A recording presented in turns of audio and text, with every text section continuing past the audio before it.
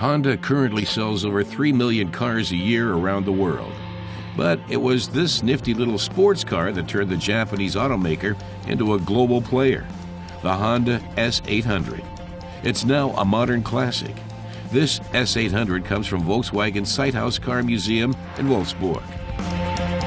In the 1960s, Japanese car makers faced massive prejudices in Europe, explains our car tester Christoph.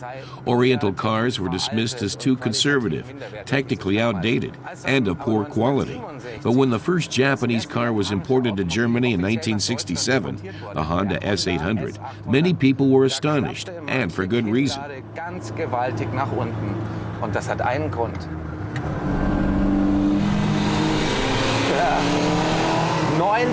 It could run at 9,000 revs a minute. Quite impressive back in 1967. The engine was the product of Honda's experience in motorbike manufacturing. There's a story about German researchers in the 1960s revving the motor to over 12,000 RPM. The subsequent bang wrecked the test bed, but the engine survived unscathed. The Honda S800 could match Formula One cars of that era in terms of power per cc. It delivered an incredible 67 horsepower from a 0.8-liter displacement. That's like a modern small car with a 1.6-liter capacity, generating 135 horsepower, and without the benefit of turbocharging or supercharging. No wonder Honda had the best engine speeds in Formula One for many years.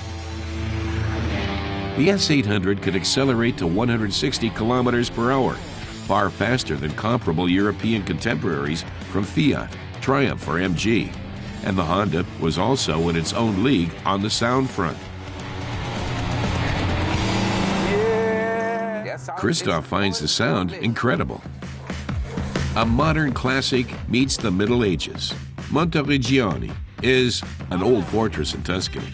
A gorgeous backdrop for a gorgeous car. The Honda S800 is a cool customer, enthuses Christoph, a pint-sized classic sports car.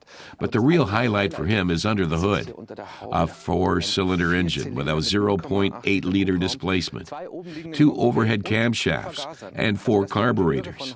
Making a racing thoroughbred fit for regular roads was quite a feat in the 60s.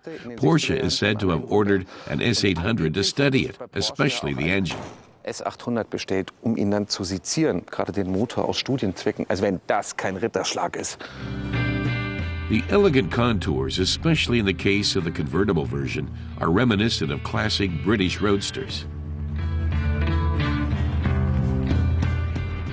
The body rests on a solid box frame, which pushes the curb weight up to a hefty 782 kilograms. The joystick gear shifter makes driving fun, as do the wide range of instruments, and the engine with its hemispherical combustion chambers and roller-bearing crankshaft. What has not stood the test of time is the S800 suspension. It's far too hard, and the Dunlop disc brakes on the front axle respond well when you stomp on the pedal, but there's little subtle control. Christoph found really fun to drive, but you do need to have a thick skin, he warns. He still hasn't worked out where to put his feet. Earlier on, he had to get out of the car because of a cramp in his calf. The pedals are way too close together, and his leg rubs on the handbrake and on the steering wheel. Ein Vorurteil wird definitiv bestätigt: Japaner sind kleiner als wir Europäer. The S800 wasn't really suited to the international market, and its sales outside Japan remained modest. But the boost the little speedster gave to the image of Honda and Japanese car making in general was priceless. Only 11,000 were built. In commercial terms, it was an absolute flop. But as the first Japanese model officially imported to Germany, Christoph says it's a true milestone in automotive history.